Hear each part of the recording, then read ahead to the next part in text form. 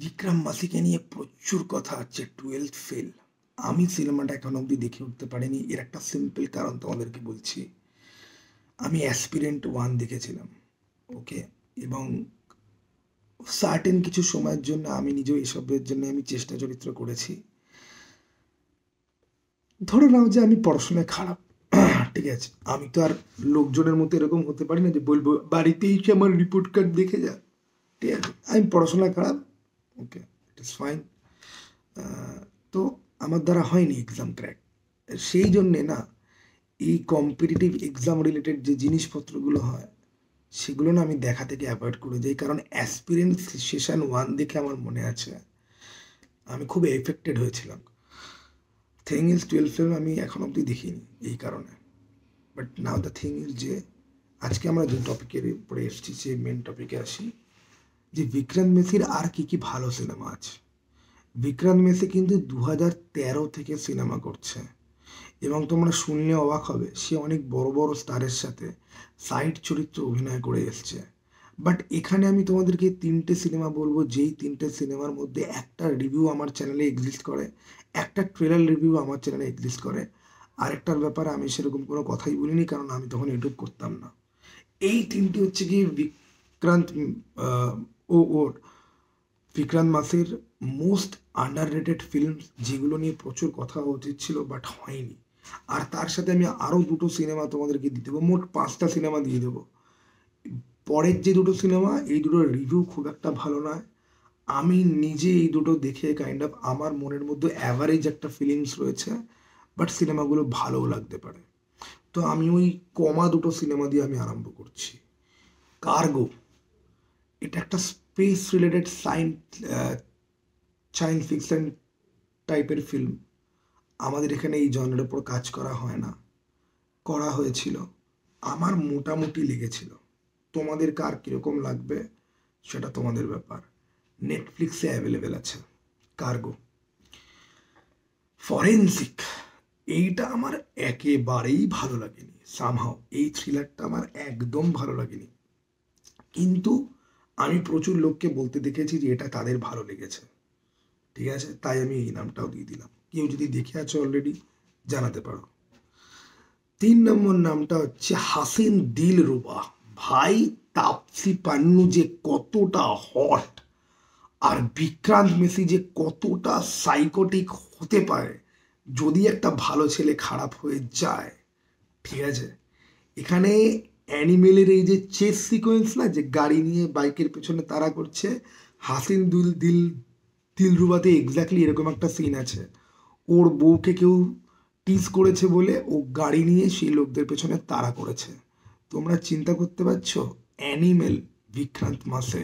ওকে, just দেখো সিনেমাটা, এবং সিনেমাটাতে টুইস্টের পর টুইস্ট রয়েছে। বেসিক্যালি একটা হাজব্যান্ড ওয়াইফের গল্প, যাদের মধ্যে বিয়ের পরেই একটা ভুল বোঝাবুঝি হবে এবং তারপরে তাদের মধ্যে কি করে প্রেম হয়।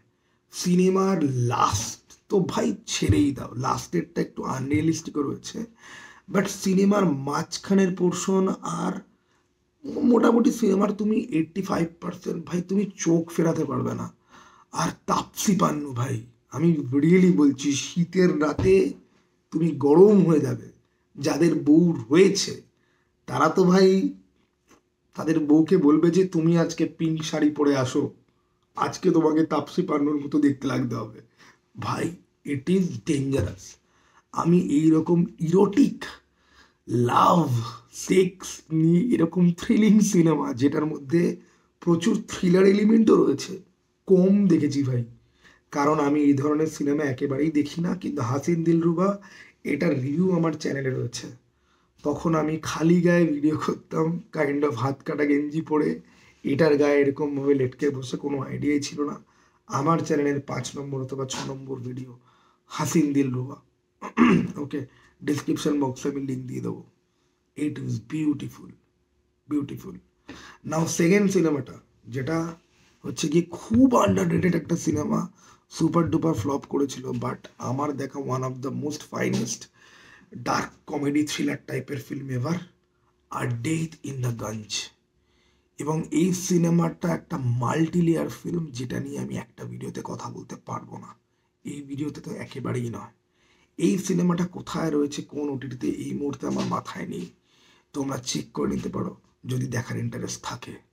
বাট এইবার আসছে গিয়ে প্রথমটা, যেটার জন্য আমি থাম্বনেলে ববি দেওয়ালের ছবি দিয়েছি।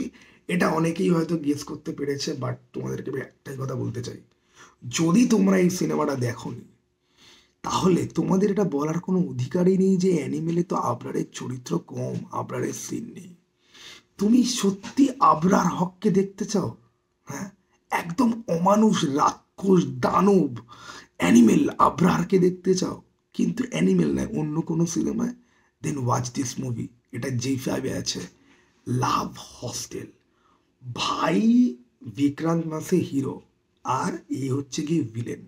আমি তোমাদেরকে বলে দিচ্ছি এই সিনেমাতে এমন কিছু টুইস্ট রয়েছে যেটা তোমরা বাবার জীবনেও এক্সপেক্ট করবে না।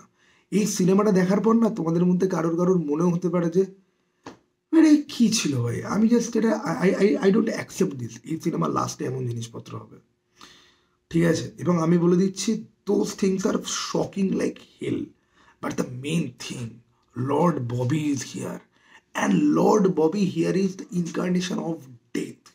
হি ইজ দ্য ডেথ। ওর চরিত্রটা No Country for Old Men বলে একটা পুরনো হলিউড সিনেমা 2007-এর, আমি এরকমভাবে বলছি অ্যাকচুয়ালি ওটা খুব বিখ্যাত সিনেমা, সেই সিনেমার একটা চরিত্র রয়েছে, ঠিক আছে ভাই?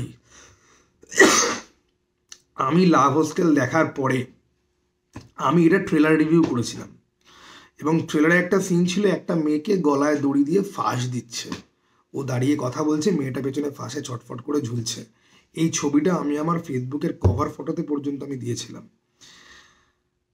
থিং ইজ, সে ভাই ডেঞ্জারাস সিনেমা, এবং এটা অ্যাকচুয়ালি ওই গো বলায় কাস্ট, বিএ কাস্ট, ইন্টার কাস্ট নিয়ে যে প্রবলেমগুলো, সেগুলোকে কিন্তু হাইলাইট করে। সিনেমাটা আনরিয়ালিস্টিক আর রিয়ালিস্টিকের মাঝখানে এমনভাবে খেলে, আর লর্ড ববির চরিত্রটা দিকে তুমি ভাববে এটা কে, এটা তো যমদূত। নো কান্ট্রি ফর ওল্ড ম্যানের চরিত্রটা এক্স্যাক্টলি ওরকম ছিল। আমি যখন দেখতে বসেছিলাম তখন ভাবছি যে ওখান থেকে ইন্সপিরেশন নিয়েছে, হয়তো ভালো, হয়তো হবে না। বাট ভাই,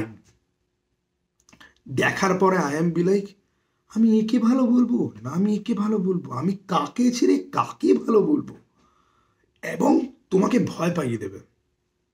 হি is a villain to not mess with ever, ঠিক আছে? লাভ হোস্টেলে সানিয়া মালহোত্রা রয়েছে, রোম্যান্টিক ইন্টারেস্ট।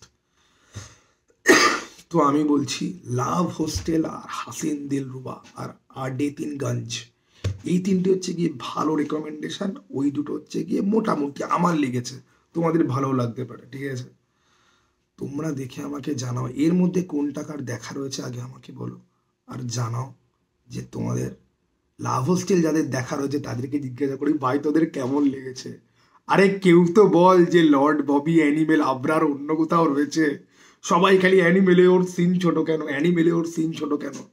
ভাই, অ্যানিমেলের সিন ছোট তো কি হয়েছে, এখানে তো ভাই মাতম মাচিয়েছে পুরো গোটা সিনেমা জুড়ে, যদিও মাতম মানে অ্যাকচুয়ালি দুঃখ করা। যাই হোক, ফরগেট মাই মিস্টেক, চলো টাটা ভাই, আবার যেন দেখা পাই।